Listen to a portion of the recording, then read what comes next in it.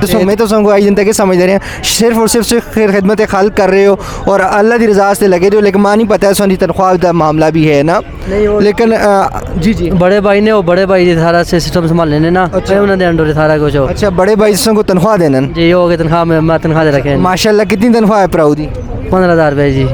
15,000 रुपये बिस्सन कैसा निज़ाम चल रहा है? एक आसान जी शादीशुदा हो? नहीं शादीशुदा नहीं है ना। अच्छा अच्छा जी जी ते सिर्फ 15,000 रुपये निज़ाम चल जुलदा भराऊ दा? अल्लाह का शुक्र है। ज़बरदस्ती।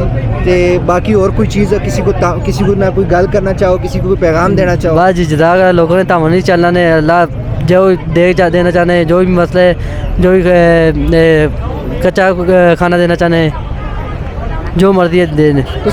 तुसी अपना राब्ता नंबर दो ना कि जो राब्ता नंबर अगर किसी ने राब्ता करना तावन करना बोर्ड ते लगे इसी पैसा नंबर भी है राब्ता नंबर भी है बोर्ड ते लगे है सारे। अच्छा जी जी ते इस वक्त तुम कोल जो लोग बैठे दिन ये कौन कौन केड़े तबके नाल मुंसलिक लोग हैं?